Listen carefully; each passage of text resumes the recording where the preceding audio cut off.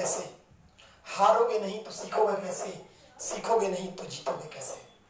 इसी लाइन के साथ मैं आदित्य शेर, Aditya GS academy YouTube channel पर आपका स्वागत है। और आज हमारे चैनल का 1K सब्सक्राइबर कंप्लीट हो चुका है। सबसे पहले आप लोगों को कांग्रेचुलेशंस। और यूट्यूब पे मैंने लाइव के लिए प्रोसेस में डाल रखा है। बहुत जल्दी ही हम लोग का चैनल लाइव हो जाएगा और हम लोग कोशिश करेंगे लॉकडाउन के अंतर्गत 4 बार 4 सब्जेक्ट 4 प्रकार की चीज़ों का अध्ययन करें। ठीक है, चलिए। तो आज का चैप्टर जो मैंने चूज किया है और फिजिक्स के अंतर्गत है, नाम है उसका दाब। और अब द बेस्ट चैप्टर जिसका नाम है दाब। चलिए अब सीखते हैं हम लोग क्या, दाब यानी प्रेशर। ठीक है, ध्यान से समझिएगा, लेक्चर को ध्यान से सुनिएगा, आपको याद हो जाएगा। अंत में मैं इसका ऑब्जेक्टिव बताऊंगा। ठीक है, देखो, दाब दाब दाब दाब दाब, समझ में आ रहा है कुछ? दाब यानी प्रेशर। अक्सर लोग कहते हैं ना, बड़ी प्रेशर में, प्रेशर में, प्रेशर में। आखिर ये प्रेशर है क्या? देखो, प्रति एकांक क्षेत्रफल पर लगने वाला बल दाब कहलाता है। प्रति एकांक क्षेत्रफल पर लगने वाला बल क्या कहलाएगा? दाब कहलाएगा। ऐसा प्रति एकांक क्षेत्रफल पर लगने वाला बल क्या कहलाएगा? दाब कहलाएगा। प्रति एकांक क्षेत्रफल पर लगने वाला बल क्या कहलाएगा? दाब कहलाएगा। जैसे मान लिया कि ये हम लोगों का प्रति एकांक क्षेत्रफल हो गया और इस पे मैं बल लगा रहा हूँ, इस पे बल लगा रहा हूँ, तो क्या हो गया? ये एकांक क्षेत्रफल पर मैं बल लगा रहा हूँ, तो प्रति एकांक क्षेत्रफल पर लगने वाला बल क्या कहलाता है? तो दाब कहलाता है। ऐसा, ठीक है। यानी ये हो गया आपका फोर्स यानी बल, ये हो गया आपका एरिया यानी क्षेत्रफल। तो हम लोग कह सकते हैं कि दाब बराबर F/A यानी P बराबर प्रेशर बराबर F/A यानी F से फोर्स और A से एरिया। हम लोग कह सकते हैं कि प्रति एकांक क्षेत्रफल पर लगने वाला बल क्या कहलाएगा? दाब कहलाएगा। यानी दाब का सूत्र क्या होता है? तो P बराबर F/A। अब चलो आगे। इस दाब का एसआई मात्रक जो होता है वो पास्कल होता है। दाब का एसआई मात्रक क्या होगा? पास्कल होगा। दाब का एसआई मात्रक क्या होगा? पास्कल होगा। इस पास्कल को हम लोग पीए से डिनोट करते हैं।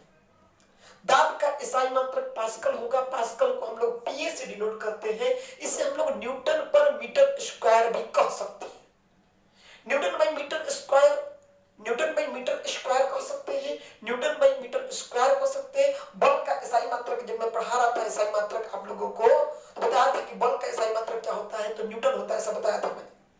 ठीक है, तो इस दाब का एसआई मात्रक पास्कल होता है। पास्कल को पीए लिखते हैं या फिर न्यूटन बाई मीटर स्क्वायर कह सकते हैं। हम लोगों ने बात किया दाब दाब दाब यानी प्रेशर, प्रति एकांक क्षेत्रफल पर लगने वाला बल क्या कहलाएगा? दाब कहलाएगा। इसका एसआई मात्रक क्या होता है? पास्कल होता है। पास्कल को क्या लिखते हैं? पीए लिखते हैं। इसको न्यूटन बाई मीटर स्क्वायर भी कह सकते हैं।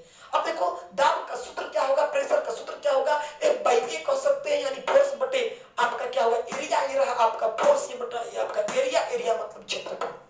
अब देखो बुआ, ये जो दाब है यानी प्रेशर है, यह एक अदिश राशि है। अदिश राशि इसके पहले मैं पढ़ा चुका हूं, सदिश और अदिश, स्केलर और वेक्टर क्वांटिटी में पढ़ा चुका हूं। मैंने बताया था आप लोगों को कि जिसमें व का प्रयोग ना हुआ हो वो अदिश होता है। परिमाण तो हो किंतु दिशा ना हो, ऐसा। ठीक है, अब देखो बुआ, दाब एक अदिश राशि है। दाब कौन सी राशि है? अदिश राशि है। ऐसा, दाब एक अदिश राशि है। ऐसा, प्रेशर प्रति एकांक क्षेत्रफल पर लगने वाला बल दाब कहलाता है। और दाब का एसआई मात्रक क्या होता है? तो पास्कल होता है। पास्कल जो होता है उसको हम लोग न्यूटन बाई मीटर स्क्वायर लिख सकते हैं, उसको हम पीए से डिनोट कर सकते हैं। ठीक है, दाब क्या एक अदिश राशि है? दाब एक अदिश राशि है। कौन सी राशि है? अदिश राशि है। और P बराबर क्या होता है? तो F/A होता है।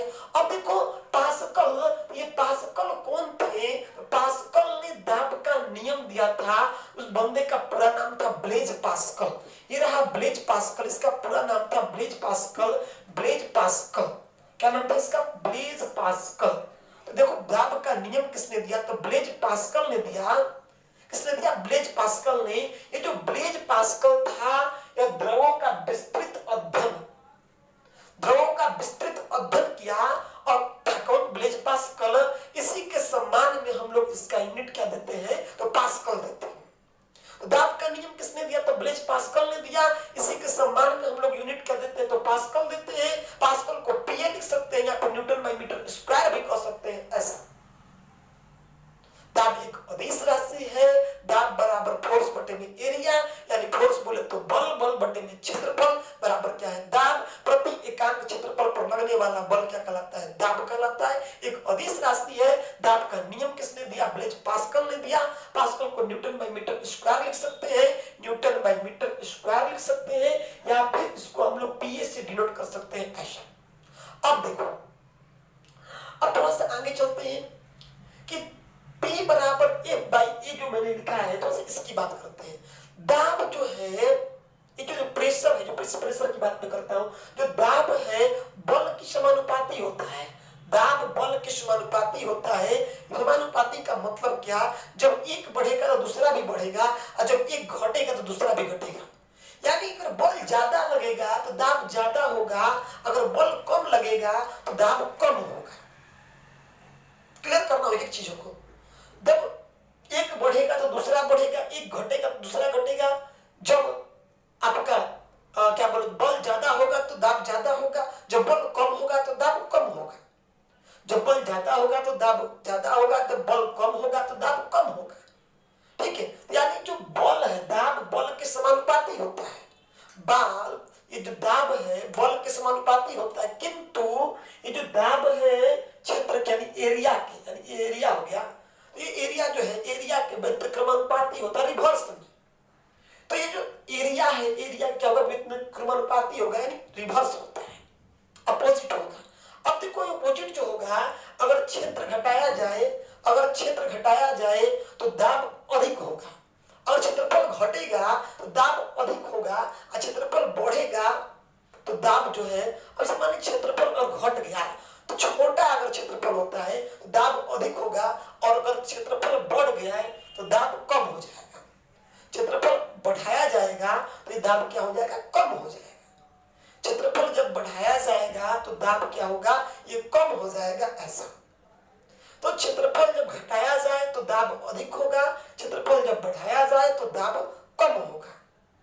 क्षेत्रफल जब बड़ा क्षेत्रफल रहेगा तो प्रेशर कम लगेगा, कॉमन सेंस की बात है, लेकिन छोटा क्षेत्रफल पे दाब अधिक लगेगा। ऐसा ठीक है, यहां तक समझ में भी आया हम लोगों को कि प्रति एकांक क्षेत्रफल पर लगने वाला बल क्या कहलाएगा? दाब कहलाएगा।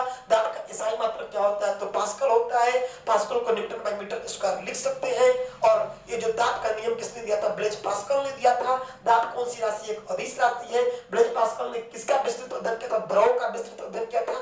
ठीक है, और दाब का सूत्र क्या होता है? तो P बराबर हम लोग लिख सकते हैं F बाई ए। और ये जो हम लोगों का दाब जो है बल के समानुपाती होता है, और ये जो दाब है वह आपका क्षेत्र के व्युत्क्रमानुपाती होता है। अगर क्षेत्र बड़ा होगा दाब कम लगेगा, क्षेत्र छोटा होगा दाब अधिक लगेगा। ठीक है, अब चलिए आगे चलते हैं।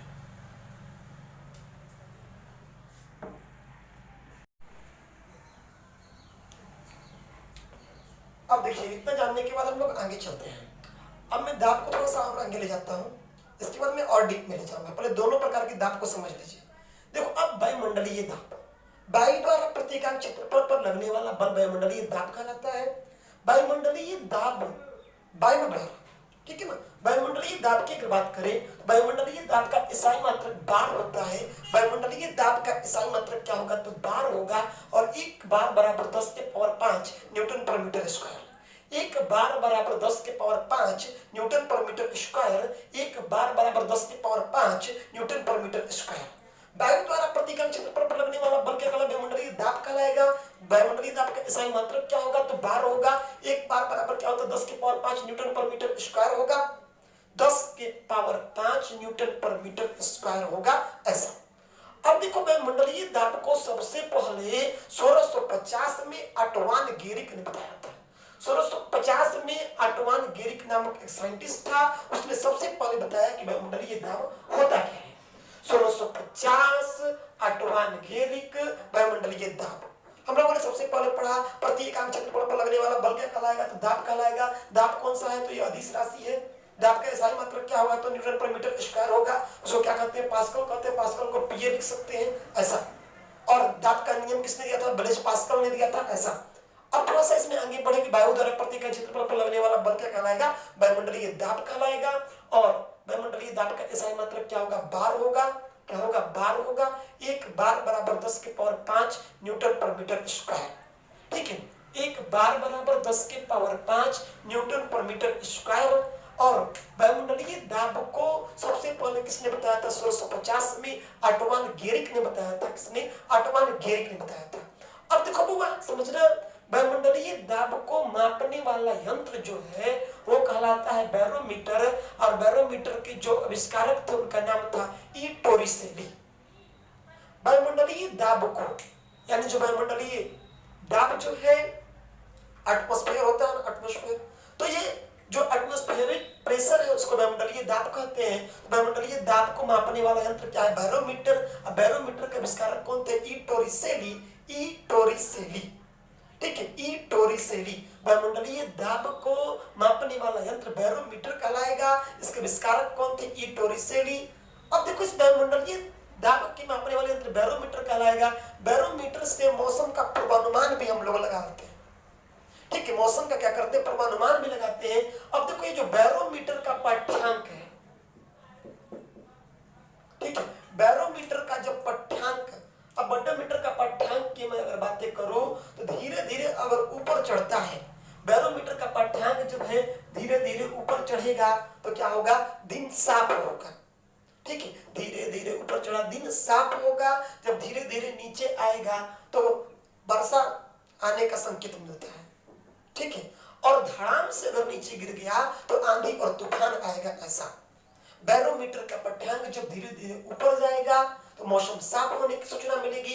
बैरोमीटर का पाठ्यांक जब धीरे धीरे नीचे आएगा तो वर्षा होने की सूचना मिलती है। और बैरोमीटर का पाठ्यांक अगर धड़ाम से नीचे गिर जाए तो आंधी और तूफान आने का सूचना मिलता है। ठीक है, तो वायुमंडलीय दाब को मापने वाला यंत्र कौन सा है, बैरोमीटर। उसके आविष्कारक कौन थे, ई टोरिसेली। बैरोमीटर का पाठ्यांक धीरे धीरे जब ऊपर चढ़ेगा मौसम साफ होगा, धीरे धीरे नीचे गिरेगा तो वर्षा होगी। धड़ाम से नीचे गिर गया तो क्या होगा, आंधी और तूफान आएगा। ठीक है, अब चलिए अब चलते हैं थोड़ा सा और आगे कि ये जो दाब है क्या हर जगह समान रहता है, ये क्वेश्चन हो सकता है। मन वायुमंडलीय दाब हम माप रहे हैं और सिंपल दाब माप रहे हैं, थोड़ा सा दाब पे और हम लोग चर्चा करते हैं।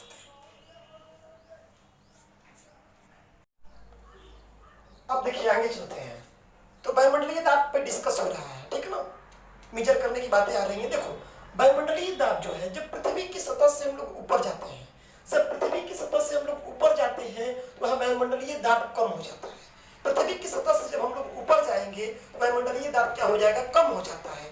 जिसके कारण वहां पर खाना बनाने में कठिनाई होती है। कहां पर, पहाड़ों पर खाना बनाने में कठिनाई क्यों होती है, तो वह वायुमंडलीय दाब कम होता है इस कारण से।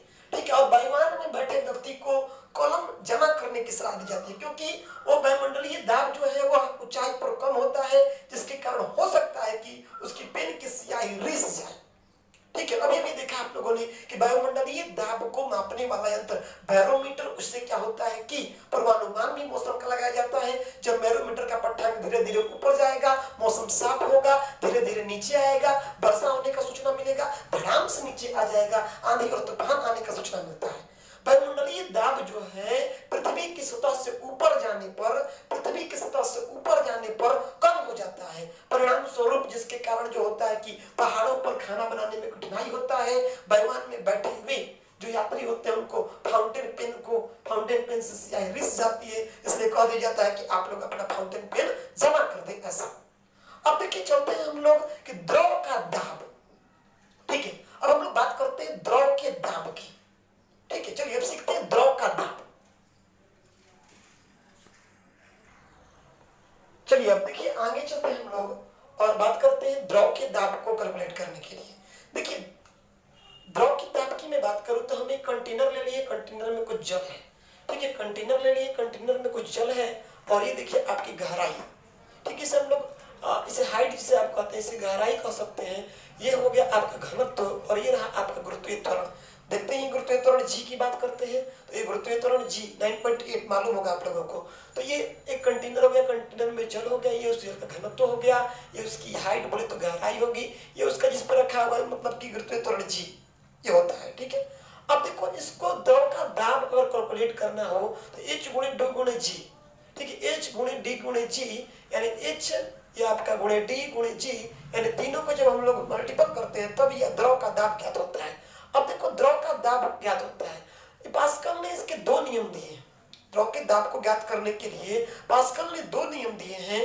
पहला जो नियम उसने दिया, उन्होंने कहा कि अगर गुरुत्वीय त्वरण को शून्य कर दिया जाए, अगर गुरुत्वीय त्वरण को शून्य कर दिया जाए तो उस पात्र के प्रत्येक बिंदु पर दाब समान होगा। अगर गुरुत्वीय त्वरण को शून्य कर दिया जाए तो उस पात्र के प्रत्येक बिंदु पर दाब समान होगा, ऐसा जो प्रेशर होगा क्या वो इक्वल होगा, ऐसा। फिर दूसरा नियम होता है, किसी बर्तन में बंद द्रव किसी भाग पर आरोपित बल द्रव द्वारा सभी दिशाओं में समान रूप से संचालित होगा, ऐसा। मैंने देखिए समझिएगा कि जब हम द्रव का दाब ज्ञात करना है तो H गुणे जी गुणे डी की बात होती है। इस संबंध में जो आपके पास्कल है, ब्लेज पास्कल दो नियम देते हैं। उन्हें कहते हैं अगर गुरुत्वीय त्वरण शून्य कर दिया जाए तो उस पात्र के प्रत्येक बिंदु पर जो दाब होगा, प्रेशर होगा, वो समान होगा, ठीक है। लेकिन किसी बर्तन में, दूसरा नियम कहता है किसी बर्तन में बंद द्रव के किसी भाग पर आरोपित बल, किसी भाग पर मतलब किसी पार्ट पर आरोपित बल, ठीक है, सभी दिशाओं में समान रूप से संचालित होगा, ऐसा वो कहते हैं, ये पास्कल। अब देखिए पास्कल का जो नियम है ये गैस और द्रव दोनों पर लागू होता है, ऐसा। पास्कल का नियम जो है गैस और द्रव दोनों पर लागू होगा। और ये जो पास्कल के नियम है इसके आधार पर परीक्षाओं का सबसे highlighted question, hydraulic brake press lift, तो हाइड्रोलिक लग जाए तो पास्कल के नियम पर काम करेगा, ऐसा आप जान लीजिएगा।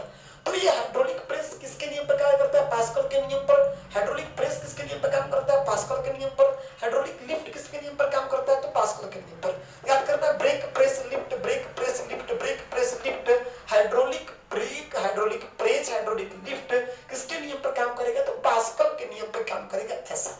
अब देखो बुआ, ये जो द्रव का दाब होता है, मतलब द्रव का ये जो द्रव का जो दाब होगा, प्रेशर होगा, वो पात्र की आकृति पर नहीं निर्भर करता। जिसमें द्रव रखा गया है उसकी आकृति पर, उसके आकार पर निर्भर नहीं करता है। तो ये द्रव का दाब पात्र की आकृति पर, आकार पर निर्भर नहीं करता है, ऐसा, ठीक है। अब चलिए चलते हैं आगे। अब हम लोग सीखते हैं गलनांक तथा क्वथनांक पर दबाव का, प्रेशर का क्या प्रभाव पड़ता है।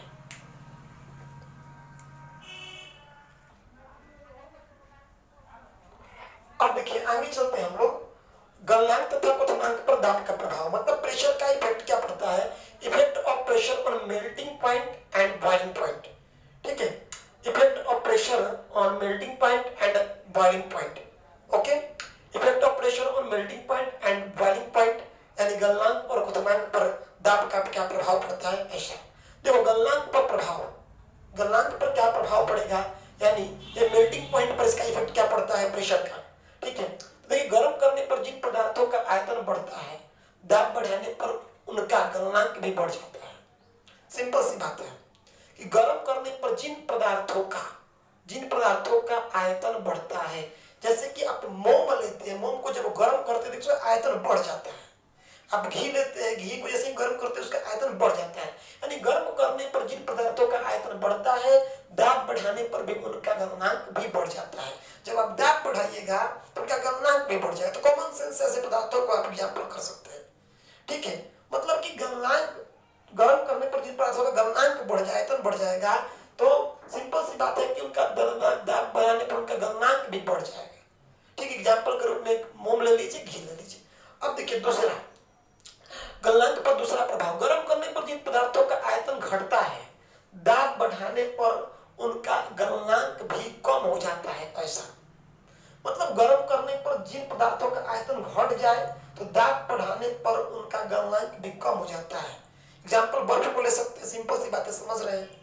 अब देखिए क्वथनांक पर प्रभाव, यानी इफेक्ट ऑफ बॉइलिंग पॉइंट, ठीक है ना। तो इफेक्ट ऑफ प्रेशर और बॉइलिंग पॉइंट की बात कर रहा हूं। तो क्वथनांक प्रभाव, देखो सभी द्रवों का क्वथनांक दाब बढ़ाने पर बढ़ जाता है। सिंपल सी बात है, सभी द्रवों का क्वथनांक, ठीक है, बॉइल करने पर, दाब बढ़ाने पर क्या होता है, तो बढ़ जाता है, ऐसा। तो ये था आपका दाब, ठीक है। मिलते हैं नेक्स्ट वीडियो में, तब तक के आप सभी लोगों को मेरा जय हिंद।